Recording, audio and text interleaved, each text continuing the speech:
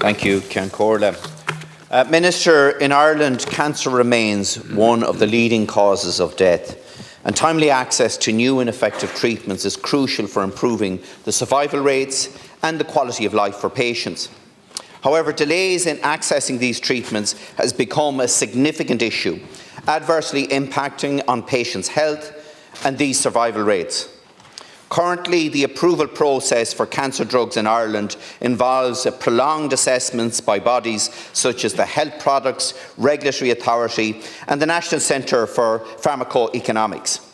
But this is after these drugs have already been evaluated for both safety and effectiveness by the European Medicines Agency. As a result, these lengthy and complex approval processes lead to significant delays. Now, Minister, according to the IDA, Ireland is the third largest net exporter of pharmaceuticals in the world, and yet it is one of the slowest countries in Europe to make these innovative medicines available to Irish patients.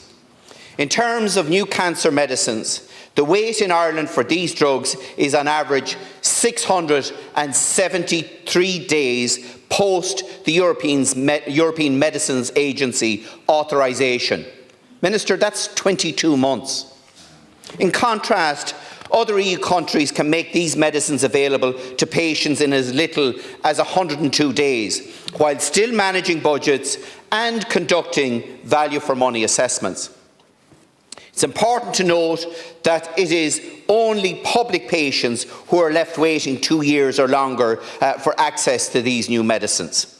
This widens the divide in Ireland's two-tier health system because patients with health insurance can have immediate access to many of these drugs once they are approved by the European Medicines Agency. Minister, if we're serious about delivering on sláinte care and ensuring that patients receive treatment based on medical need, we must raise public patient access to life-saving drugs to the accessibility standard of patients with private health insurance. At least in part, these delays are due to inadequate staffing, resulting in files sitting on desks awaiting assessments, or what is known as processing dead time. Tragically, Minister, there couldn't be a more apt phrase, because in reality, these delays mean patients, particularly those with aggressive or advanced cancers, may not receive potentially life-saving drugs in time. Consequently, their chances of survival diminish and their quality of life deteriorates. Minister, by addressing these unacceptable delays, we can ensure that patients receive the timely and effective treatment they deserve, improving their chances of survival and quality of life. Thank you very much, Deputy Naughten, for raising what is a very important issue. And the first point I want to make is that the Government is committed to ensuring that patients in Ireland get timely access to new and innovative medicines. And in my time in the Department of Public Expenditure and Reform, this was an issue that we consulted and worked very closely with Minister Donnelly and his colleagues in the Department of Health, and we provided ring-fenced funding to ensure that new medicines could be made available in Ireland. So 148 new medicines have been approved in the last 3 years. That's based on the €98 million of new medicines funding, with total expenditure of €327.5 million to the end of 2023. And this has facilitated the introduction of 61 new cancer medicines in Ireland, bringing the total spend on cancer drugs in the last 3 years to over €600 million.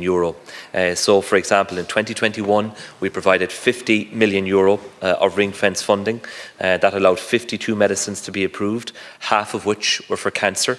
In 2022, a further 30 million, and that allowed 60 medicines to be approved. 18 of these were for cancer. And last year, from €18 million funding, 36 medicines were approved, and 17 of these were for cancer. And of course that funding goes into the base, so that is a permanent funding, recurring funding every year, and once a particular medicine is approved, then it's essentially demand-led, and the funding will be provided to meet that demand. So that funding is in the base. In addition, you've made a relevant point in relation to staffing. We have provided an additional 34 staff across the pricing and reimbursement process. Now, funding was provided in the budget last autumn, and this year the HSE will launch an application tracker to increase transparency in the medicines assessment process. There is very close collaboration and a very good working relationship between the government and the industry on this issue. The Irish Pharmaceutical and Healthcare Association engages on an ongoing basis with the Department of Health. This issue does get raised with me by IDA clients when I meet with them, and I am satisfied that the work that is well underway and the progress that we have made so far will be built upon, and we will continue to improve access to new innovative medicines here in Ireland, including for cancer. And when you look at the overall numbers, as I'm required to do in my job, almost €3 billion is being spent on new medicines. So it's vital that the HSE does robustly assess the offers from industry and maximises the use of its resources to purchase as many new medicines as possible, and that work will continue. Thank you, Minister. Deputy. Minister, patients with rare diseases face even greater challenges in accessing new treatments, or orphan drugs as they're often called. On average, they wait nearly 26 months. This delay is especially tragic, as about 30% of children with the rare disease pass away before their 5th birthday. The impact of these delays on patients with rare diseases, Minister, is profound. How can we defend a situation where these children may wait up to half of their short lives to access Irish manufactured medication that could prolong their life? We must prioritise the needs of patients with rare diseases and ensure that they receive timely access to treatments that could offer them the best hope of quality time with their loved ones. Minister, why not use the access for these children to these vital drugs as a pilot case to resolve the blockages in accessing Irish manufactured drugs for Irish patients? By doing so, we can make a significant difference to their lives and that of their families. Minister. Thanks very much, Deputy. And this is a priority area for the government, and it's one I'm very familiar with. I know very well companies like BioMarin, who operate in my own constituency in Cork and who focus on the manufacturing of drugs for rare diseases, orphan drugs, and we engage with them and others in the industry on an ongoing basis, because we want to ensure that people who are afflicted by very rare diseases, and very often young children whose life expectancy may be limited as a result, that they get access to those drugs as quickly as possible. My role is to ensure that we provide the appropriate funding to achieve that.